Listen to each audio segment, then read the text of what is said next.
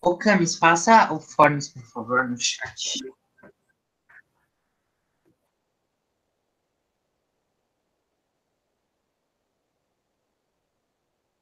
Vou passar. Revisão. Eu coloquei já. Presença, que agora eu lembrei, a Letícia mandou. Tá. Então, perfeito.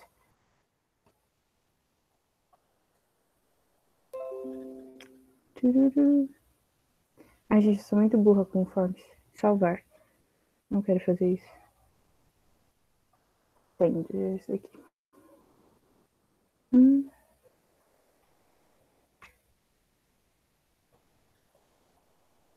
Ô, Camis, só uma, Copiar assim, eu não aqui. entendi Vou mais ou jogar no menos chat. como vai Já começar a funcionar. gravar. Oi. Primeiro você vai passar todas Oi? as... eu não entendi direito como funciona. Você vai passar todas as questões, a gente responde e depois manda. É isso? Isso. Vocês vão entrar nesse link que eu deixei ou que eu deixei no chat. Aí eu vou começar no cronômetro. Então, tipo, depois. O próximo slide é a questão 1. Aí vocês vão ler e tal, vão colocar no Forms o que vocês acham que é, e vão passar para a próxima. Aí eu passo para o próximo slide também. Eu vou ir direto, sabe? Vai passar os 15 minutos, que são 5 questões, 3 minutos. Vai passar os 5 minutos, vocês vão ir fazendo tudo direto. Acabou os 15 minutos, eu vou dar uma olhada no Forms e vou ir me guiando conforme vocês têm dúvida e a gente vai corrigindo junto. Tá bom, obrigada. Nada. Então é isso, gente. Eu joguei o Forms aí. Acho que. Enquete, Luana, é que eu acho que eu vou ter que abrir uma enquete para cada questão, né? Eu acho que ia ser muito trabalhoso e enquete eu não poderia preparar antes. O Forms eu já preparei ontem, coloquei uma questão por uma. Aqui eu ia ter que ficar digitando uma por uma. FUVEST 2021, A, B, C, D, E.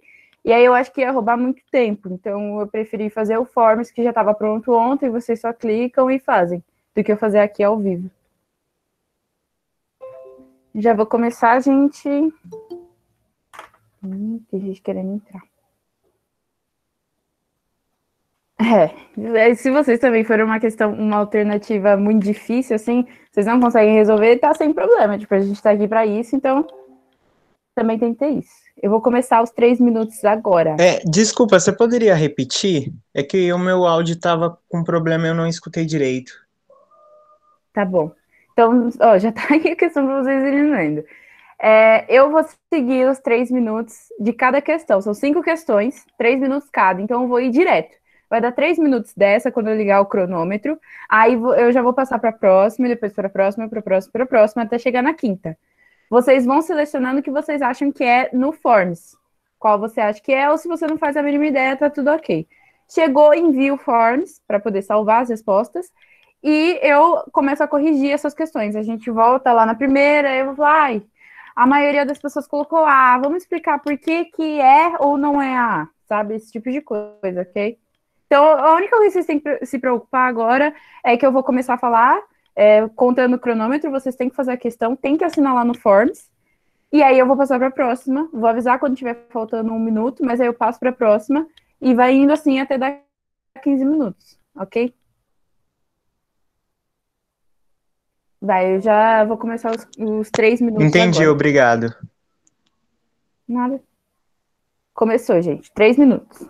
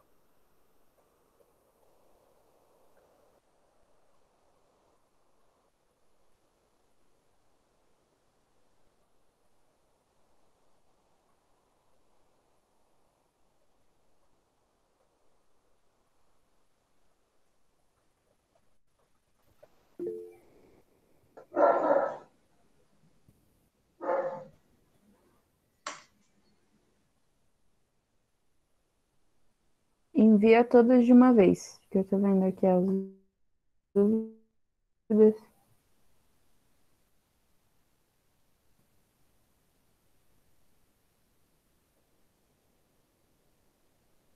Vocês que preferem, se vocês querem anotar no caderno, a resposta de cada uma é essa, e depois responder no Forms quando acabar, vocês verem agora. Falando nisso, gente, falta 30 segundos.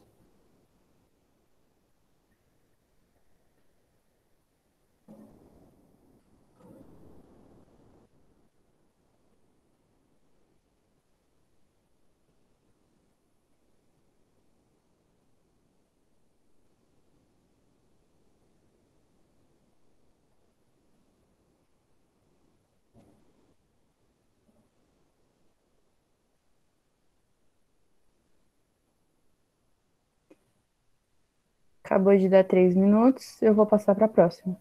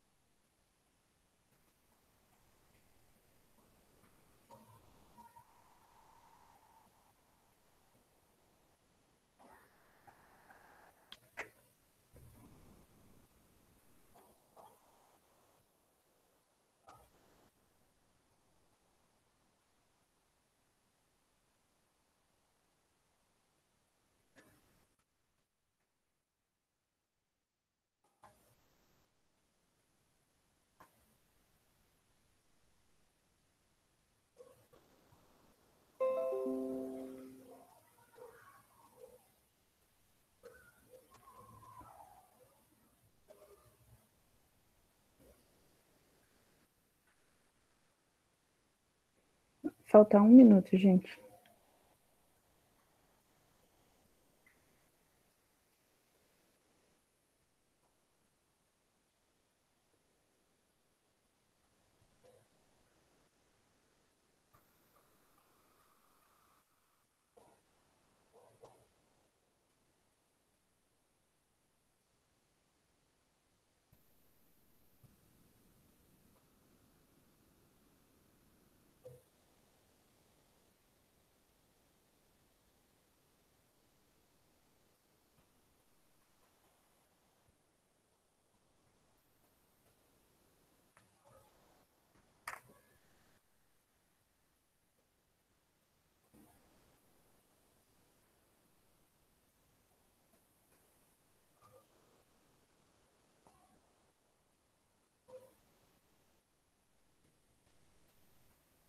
Deu 3 minutos, eu vou passar para a próxima.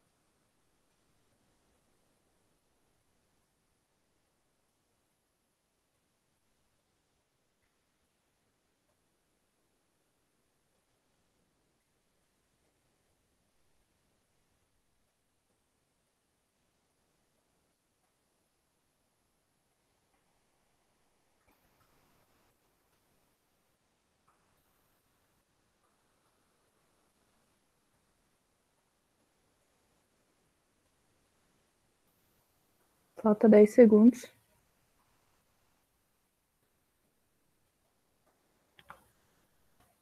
E eu vou passar para a próxima. Essa questão, gente, ela tá errada. Eu coloquei que era pro VET 2021, mas é Enem 2020, um dos únicos que caiu algo de história do Brasil.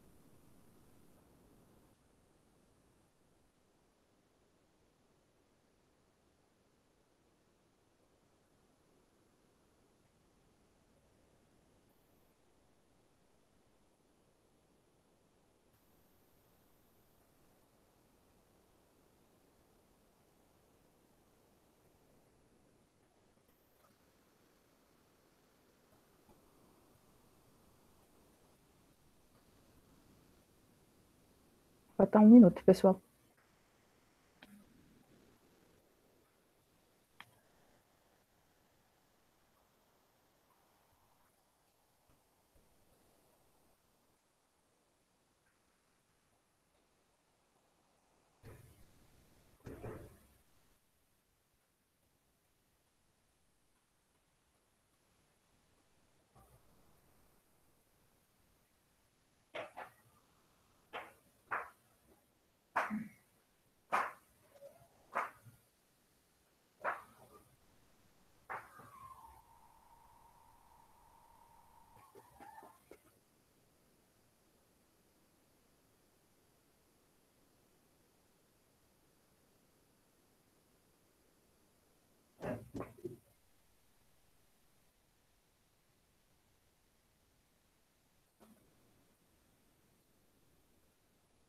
Dez segundos.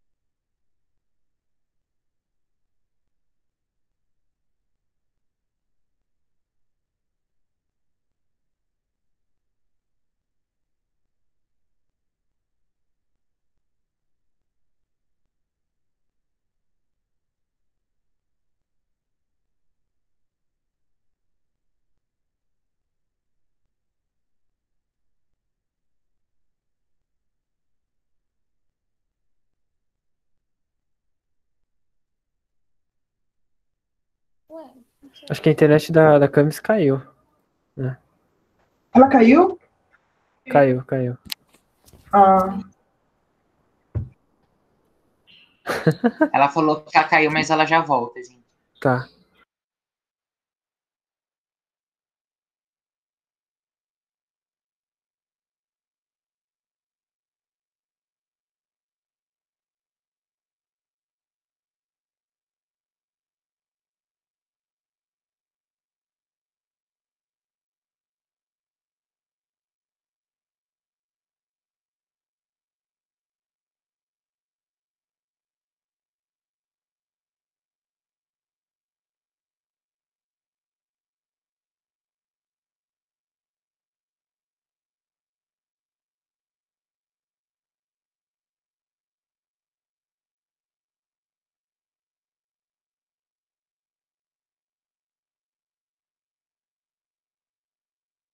É sobre isso. Gente, eu mandei lá no grupo um print do computador. Aí, se abrirem assim a foto e derem o zoom, dá pra continuar lendo. É isso aí. Obrigado, Mari. Você é perfeita como sempre.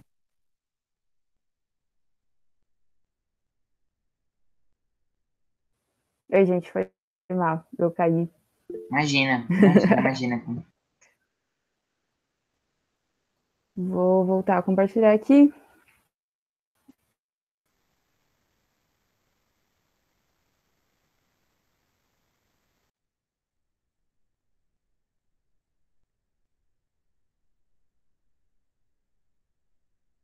Ela travou? Travou. Eu pensei que era o meu. Meu Deus. Coitada, mano. Aí, ó, acho que ela quer falar. Peraí.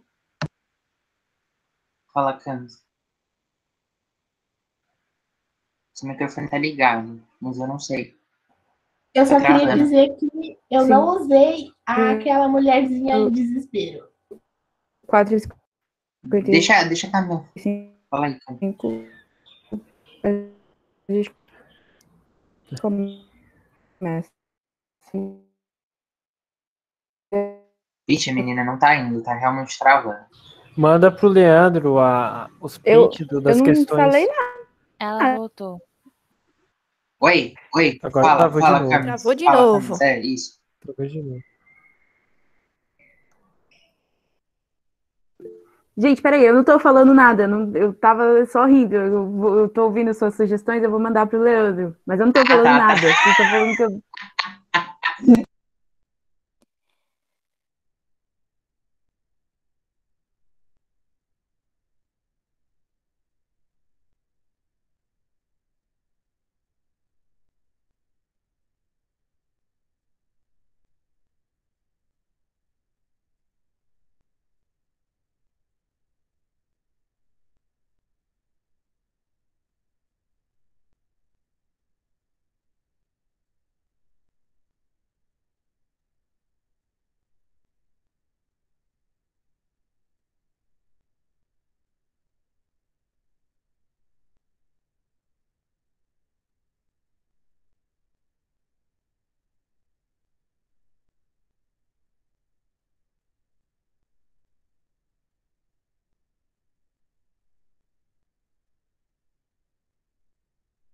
Ô, Camis, tá no site do Arcadas? Senão eu já baixo e mando.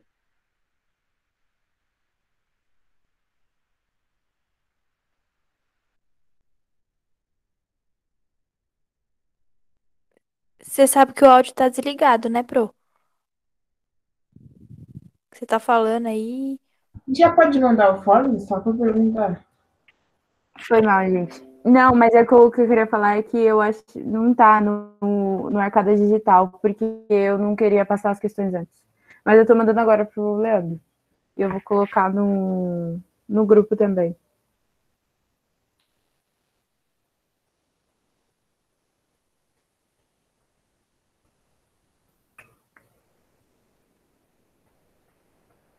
Tá ok? Vocês estão me ouvindo? Que eu acho que eu já vou corrigir, então.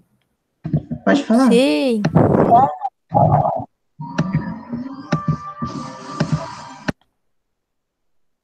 Tá.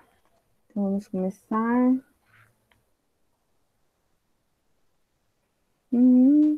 Vocês foram bem médio, mas... Tá. Vamos voltar lá para 1. A questão 1 é uma questão da FUVEST 2021, eu priorizei pelos vestibulares mais recentes mesmo. E aí ele fala, né, a base física do Brasil, ao principiar, ao começar o século XVIII, era profundamente diversa daquela que, mesmo numa interpretação liberal do Tratado de Tordesilhas, fora assentada no diploma de 1494. Então, a base física do Brasil, ela é diferente, ela é profundamente diversa da interpretação mais liberal que existia do Tratado de Tordesilhas, que foi feito em 1494. A expansão ao longo do litoral levaram o Oiapoque no norte, é uma região que fica do norte, e o Prata é a colônia de Sacramento, mais ou menos, aqui no Uruguai, é no sul, assim, mais para baixo, a Bacia do Prata. Ele está falando que tem uma expansão bem longa do Brasil, que ele chega tanto muito no norte quanto bastante no sul. O rush do ouro estava determinando a ampliação da área oeste do mesmo modo que porque a droga do sertão explicava a façanha da incorporação do mundo amazônico. Toda uma geografia nova, política, social e econômica se estava escrevendo na América Portuguesa. Então, por último, ele destacou que já era grande, né, no norte, já se expandia ao norte, se expandia ao sul, e também com o rush do ouro, estava se ampliando para o oeste, né, que é a região do centro. Então, se você pensar no Tratado de Tordesilhas, que era para pegar só aquela pontinha do Brasil que eu já mostrei em alguns mapas, você está vendo que eles estão indo muito mais para cima, eles foram muito mais para cima, eles foram um pouco mais para baixo, né, pegaram a região do Rio Grande do Sul, e eles também começaram a ir muito para o oeste, né? Existe uma razão para isso que a gente já explicou, né? Vai rolar aquele rolê da União Ibérica, né, que dura de 1580 a 1640, as pessoas se sentem mais livres para irem mais para o oeste, porque agora não existia mais tratado, mas de fato isso aconteceu. Aí ele pergunta, né? Ele fala, a partir da leitura do trecho e dos seus conhecimentos, é correto afirmar. Eu vou ver aqui o que a maioria colocou.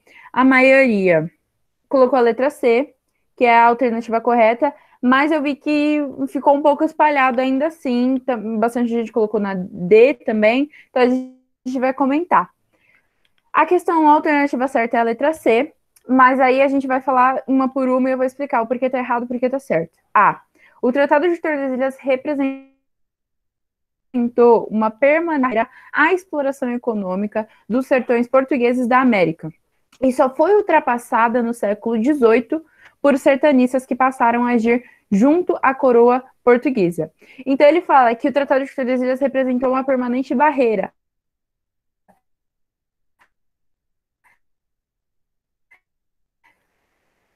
Gente, ela travou. Travou. Travou, gente. Toda hora eu acho que é a minha internet. Gente, o Tratado de Tordesilhas tá ok. Ele não era uma coisa que vocês viram. Onde vocês pararam?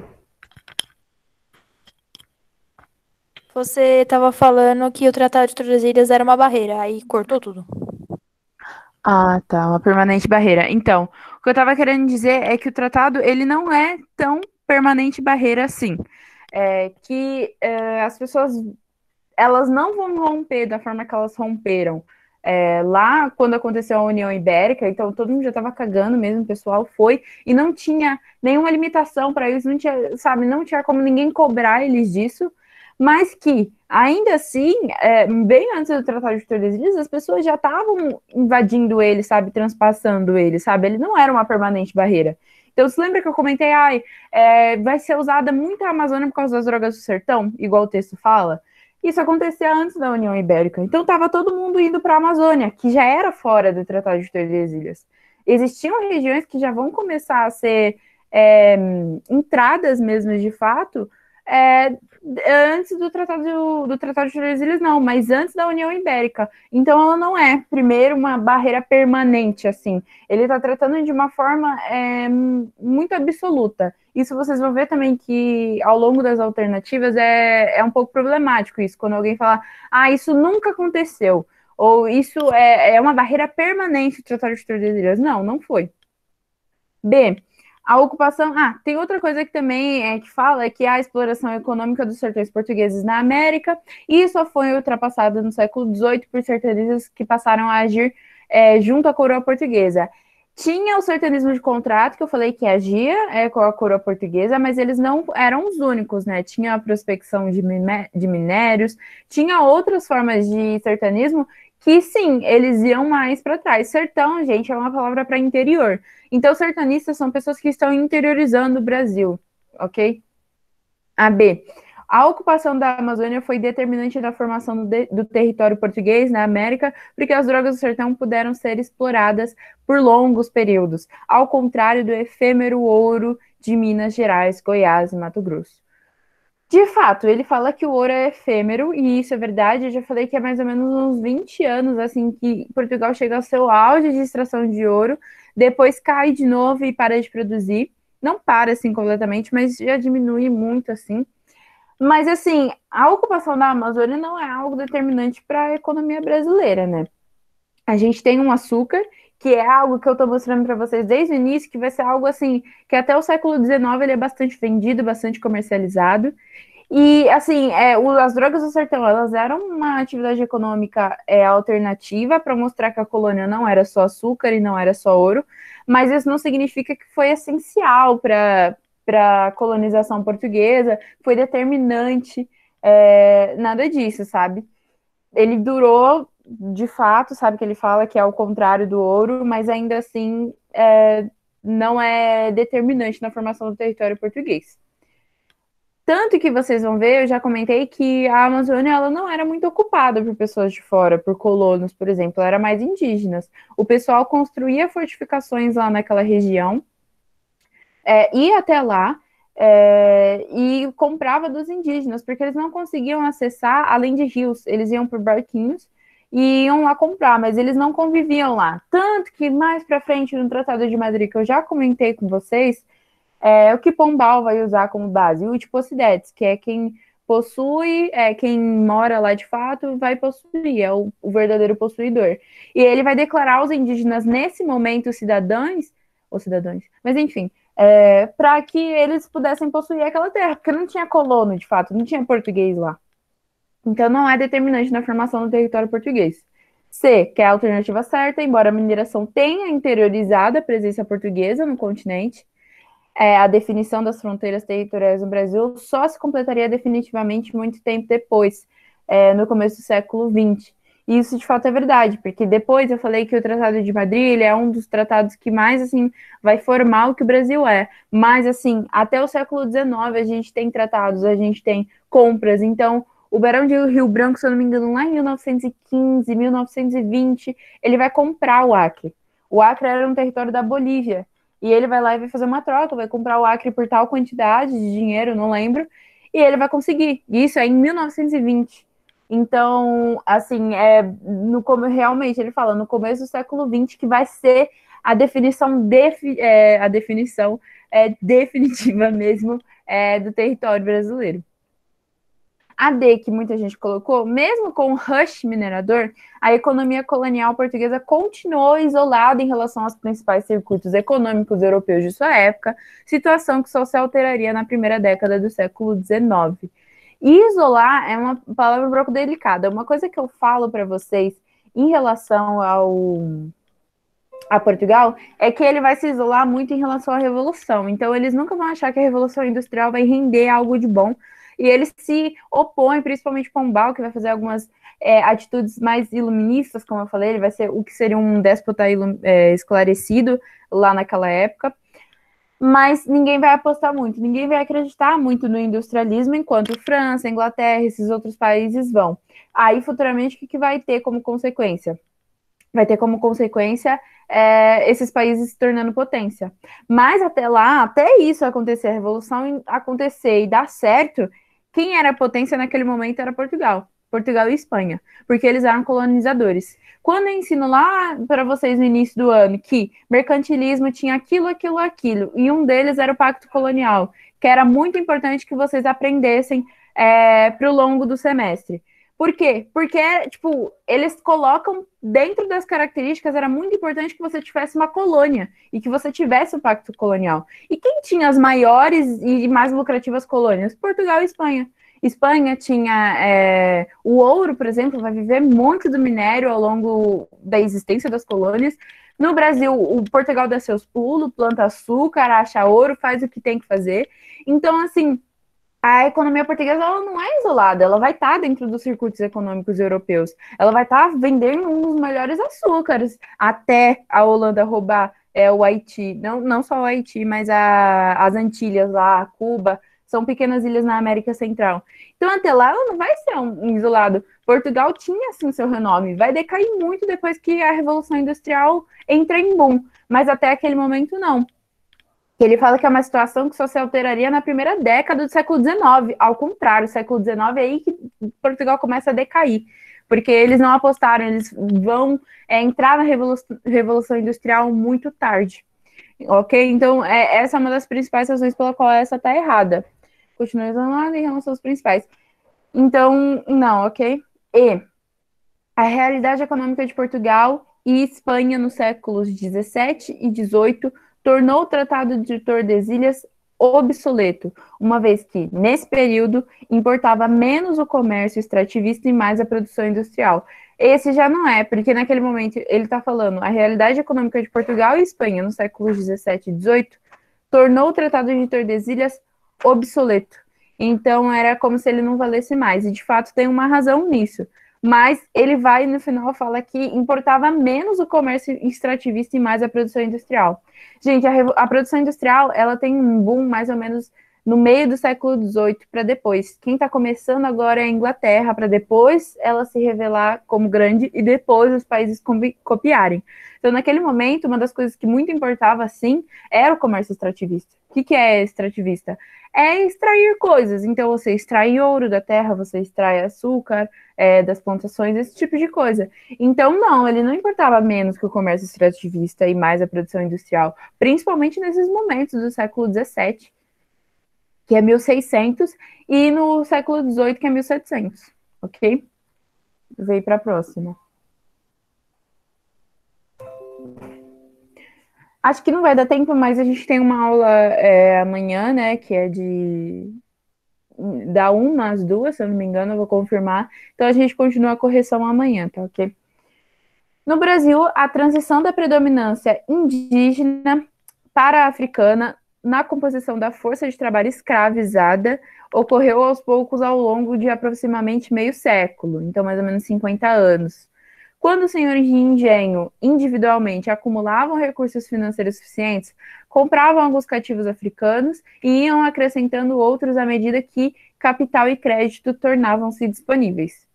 Em fins do século XVI, então mais ou menos fins de 1500, a mão de obra dos engenhos era mista do ponto de vista racial e a proporção foi mudando crescentemente em favor dos africanos importados e sua prole. A 2, a maioria também acertou, alguns colocaram B e D, e a gente vai comentar então só sobre essas duas, porque ninguém assinalou C e E, perdão. Então, B e D. Do ponto de vista senhorial, valia a pena pagar mais caro por escravizados africanos, porque eles viviam mais do que os escravizados indígenas, que eram mais baratos. Escravizados, a maior diferença que a gente pode falar um pouco sobre escravizados africanos e indígenas era duas coisas não, mas essas coisas que eu vou dizer agora para vocês. Indígenas nativos lá daquele território, eles já conheciam rotas de fuga, eles já conheciam aquela região, eles já se conversavam, então eles poderiam organizar rotas de fuga, e os indígenas eles tinham uma mentalidade que não focava nessas grandes produções, não focava nessas monoculturas. Então, para eles, não fazia sentido algum aquelas plantações gigantes, não fazia sentido algum produzir o tanto de açúcar que estava sendo produzido, por exemplo. Tudo isso meio que prejudicou. Então, fez com que o valor desses fossem, de fato, mais baratos. Mas, assim, os escravizados africanos, eles não valiam a pena pagar mais caro por isso. Acho que a média de vida, eu já comentei com vocês, lá no século XVII ou XVIII, de um africano, vai ser de 18 anos. Então, assim, enquanto nos Estados Unidos a média de vida de um escravizado africano vai ser de 35, aqui no Brasil um escravizado africano vai viver só 18 anos, sabe? Tipo, isso é muito surreal do quanto eles eram maltratados. Então, essa não era uma preocupação dele de quem vivia mais, ok?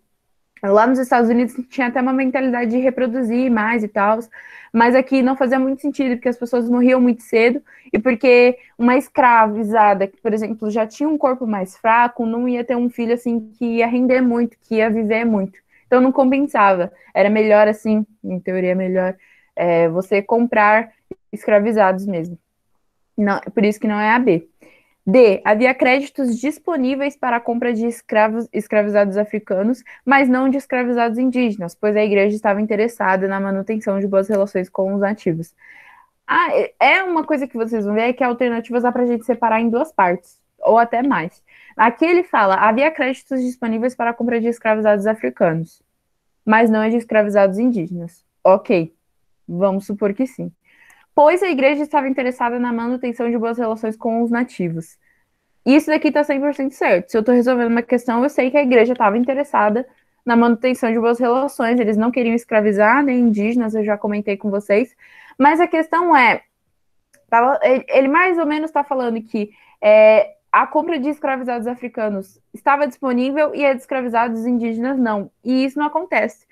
Eu falo que os bandeirantes, eles vão surgir com isso. Eles vão surgir interiorizando o Brasil, buscando indígenas para serem escravizados de senhores de engenho que não ligavam para a religião, não ligavam para o pessoal da igreja.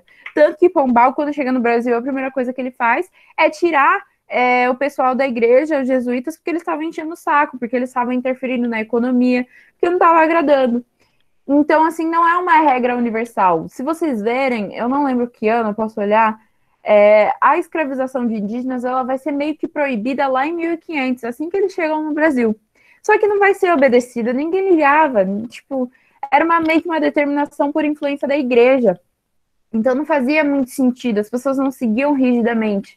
Da mesma forma que o tratado falavam, todo mundo seguiu o tratado certinho. Mentira, não seguia. Boa parte das pessoas no Brasil, elas viviam de acordo com os próprios interesses. Então, não fazia sentido. Isso, havia créditos disponíveis, sabe? Acontecia. Em 1759, eu acho que vai ter uma lei mais rígida que vai falar, não, agora você não pode escravizar um indígena.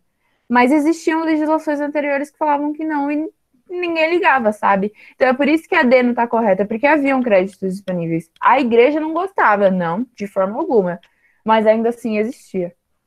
Vou terminar aqui, gente, que já deu o tempo certinho. Caso tenham alguma dúvida, eu vou olhar aqui. A gente vai continuar essa correção amanhã, vocês já podem até se organizar.